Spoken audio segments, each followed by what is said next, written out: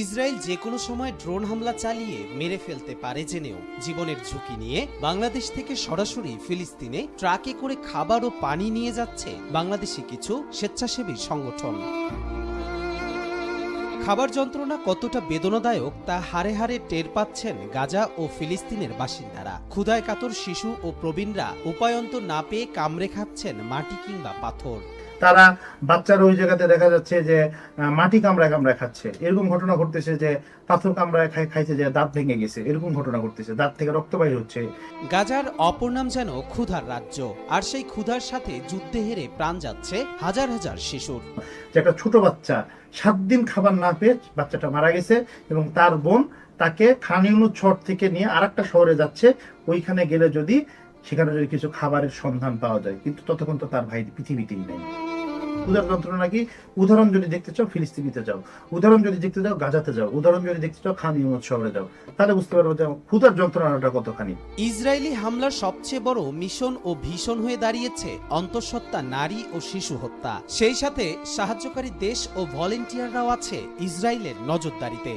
যে অস্ট্রেলিয়ান একটা charity organisation খাবার রান্না করে খাওয়াচ্ছিল, সেখানে ড্রোন হামলা করে কিন্তু 3 জন অস্ট্রেলিয়ান নাগরিক মারা গেছে। ইসরায়েলের এই নির্মম হত্যাকাণ্ডে প্রাণ কেঁদে ওঠে বাংলাদেশের সংগঠন বিএম শাবাব ফাউন্ডেশনের। Australian charity organisation Shakila Bappi ফাউন্ডেশনের সাথে যৌথ উদ্যোগে বাড়িয়ে দেন গাজার জন্য সাহায্যের হাত।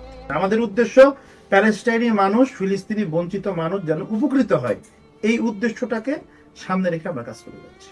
প্রথম পর্যায়ে দূতাবাসের মাধ্যমে সহযোগিতা পাঠালেও সেই অর্থ সঠিকভাবে গাজাবাসীর নিকট পৌঁছাচ্ছে কিনা এমন সন্দেহে পরবর্তীতে তারা স্থানীয়দের সহযোগিতা নেন এবং স্বেচ্ছাসেবক দল গঠনের মাধ্যমে সরাসরি সহযোগিতা শুরু করেন।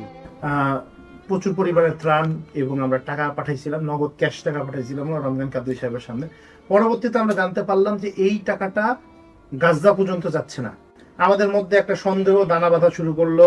যেহেতু সন্দেহ দানা বাঁধা শুরু করলো, আমরা তখন থেকে আমরা সিদ্ধান্ত নিলাম আমরা আর এইভাবে আমরা কাজ করবো না, আমরা নিজেরাই কাজ করব। প্রতি মাসে 2 বার পানি ও খাবার সহযোগিতা পাঠান তারা। বাংলাদেশি টাকায় 1 ট্রাক পানির মূল্য 1,20,000 টাকা এবং 1 ট্রাক রান্না করা খাবারের মূল্য 2.5 থেকে 3 লাখ টাকা। প্রতি ট্রাক আমি যখন পানি পাঠাতে আমার খরচ পড়বে বাংলাদেশি টাকায় 1,20,000 টাকা। স্বাভাবিকভাবে যদি আমরা ওইখানে যদি 1 ট্রাক যদি আমরা রান্না করা খাবার যদি আমরা খিচুড়ির কথা যদি আমরা বলি, তাও আমাদের বাংলাদেশি টাকায় 2.5 লক্ষ টাকা থেকে আমাদের 3 লক্ষ টাকা খরচ পড়ে। বর্তমানে নানা সংগঠন সাহায্যের নামে অর্থ হাতিয়ে নেয়ার পায়তারা করায় দেশের মানুষ বিশ্বাস হারাতে বসেছে স্বেচ্ছাসেবী সংগঠনগুলোর ওপরে। এ বিষয়ে কতটা আস্থাভাজন এ সংগঠন স্বীকার করলেন নিজেই। আমরা সব দেখাই দিব, এইখানে 100 জন পরিবার আছে।